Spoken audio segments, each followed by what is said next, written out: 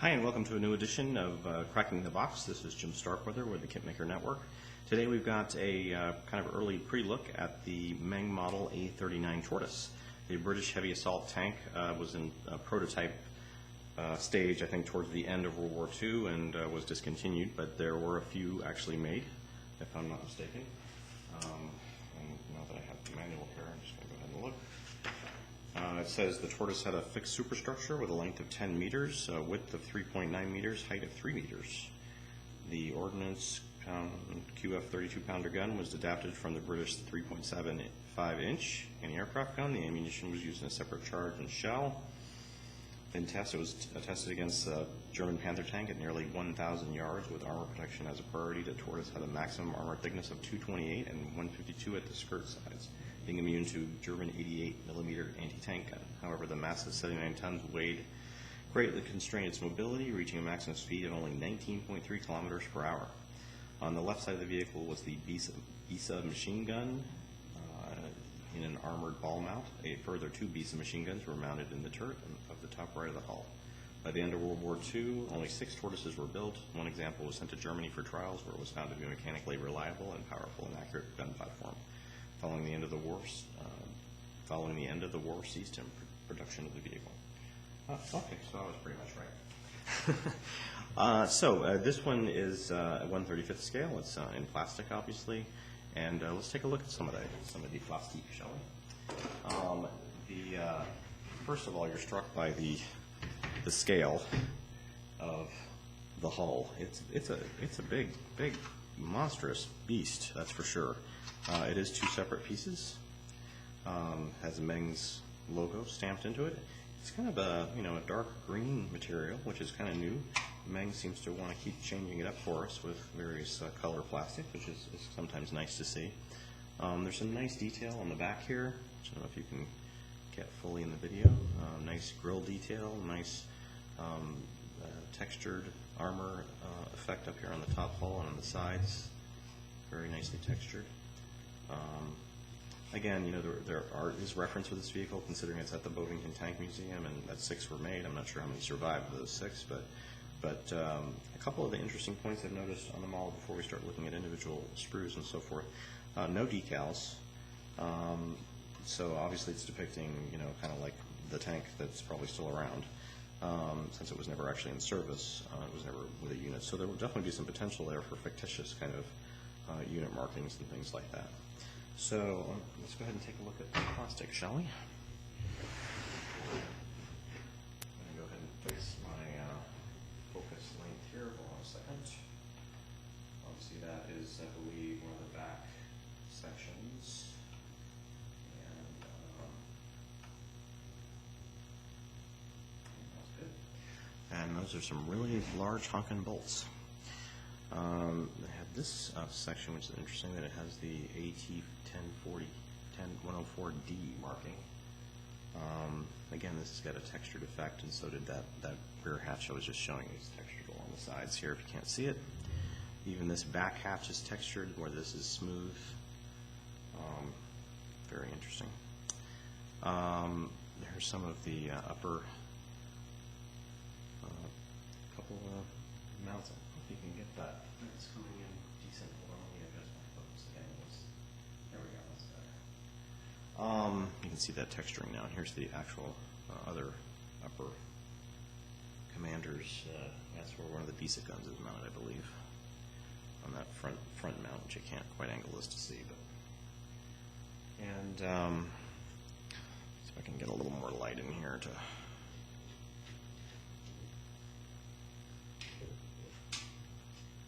Better. Okay. So some excellent detail on all these. Very crisp, clean. Definitely some small pieces here. Kind of what we've come to expect from Meng, being this is only their first 6 or so releases. They do have some 2 aircraft kits out, which hopefully we're going to be starting to take a look at soon. But you can definitely see a lot of promise in these in this manufacturer. Here's some more suspension bits. I believe this is one of two of these sprues, and this is all the carriage components and things. There's some interesting spring detail there.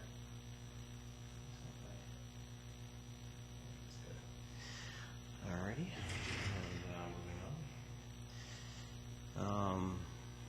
More sprockets and drive wheels and so forth.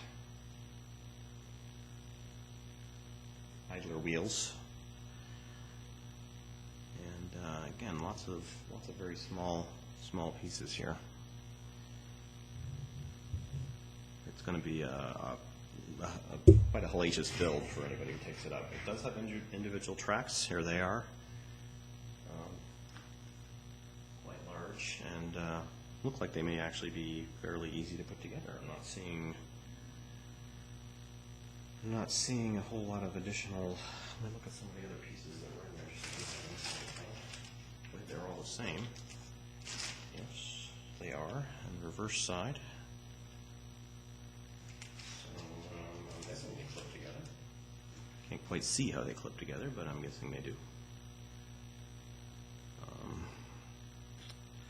Moving on, there might be some pieces here I'll stumble across that will make that mystery apparent. Here's some of the side skirting, or the side, excuse me, the hull sides. Oh, and wow, look at these really delicate, I assume tubing, either in the, I'm not thinking they're not the engine compartment, because there's no engine pieces that I'm aware of. I'm not sure where those are on the tank. Let's have a look at the graphics here.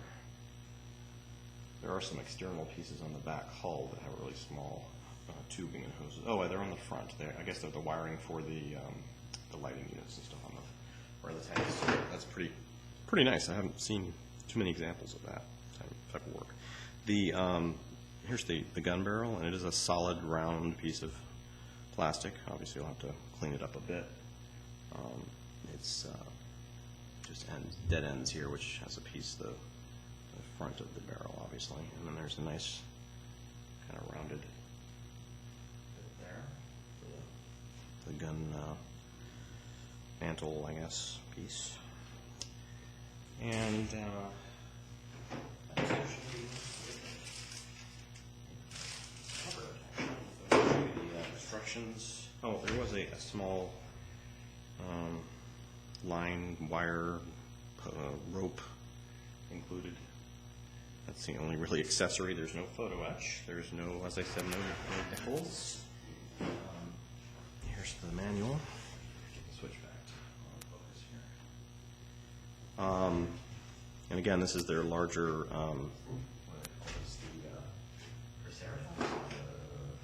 The Tyrannosaurus. I couldn't say it. I almost ran it. The second release in the Tyrannosaurus series, I believe the first one was the Mine Roller. So these are their larger kits, obviously. But here's the information I read out earlier. Just a basic diagram, smoke grenade launchers, the QF-32 pounder gun, the bow machine gun, spare track links, fire extinguisher, commander's cupola, turret. Pretty good, layout for Mengs for the instructions.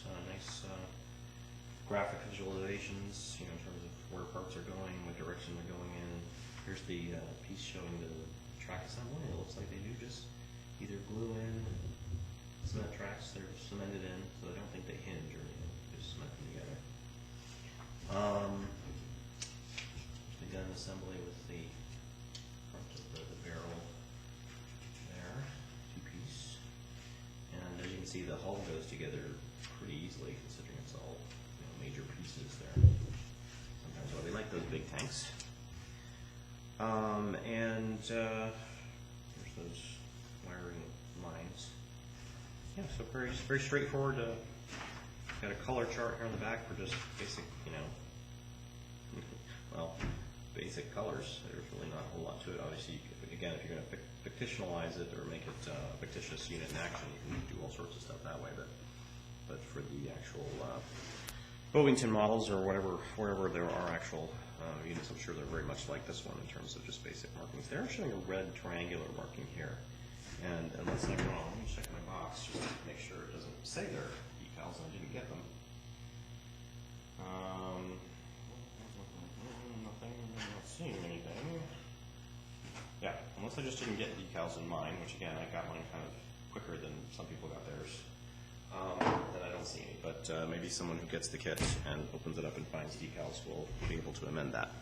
So, thanks for tuning in, and again, this is the release of Meng models. In case you joined us in the middle, ha ha ha, just a joke there. This is the Meng models A39 Tortoise, soon to be in stores if not already. Thanks for watching.